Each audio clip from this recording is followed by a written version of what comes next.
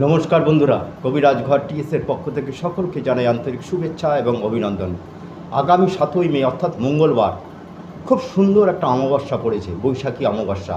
এই অমাবস্যায় যদি একটি উপায় করতে পারেন, আপনাদের মনস্কামনা পূরণ হবেই হবে। কারণ তারা মায়ের একজন পূজারী আমি এবং একনিষ্ঠ ভক্ত। কি করতে হবে?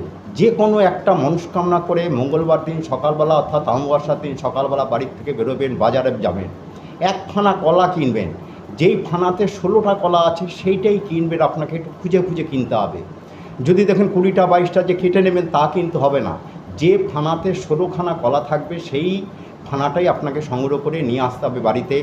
প্রত্যেকটা কলায় একটা করে অনামিকা আঙ্গুল দিয়ে সিঁদুরের টিপ দেবেন এবং মনস্কামনা একটাই করবেন। নিয়ে ওই কলাটা নিয়ে আপনার কাছাকাছি যে কোনো কালী মন্দিরে যান, ওখানে গিয়ে আপনার নাম গোত্র দিয়ে মনস্কামনা জানিয়ে পুজো দিন। দেখুন তারপরে কি হয়। নমস্কার।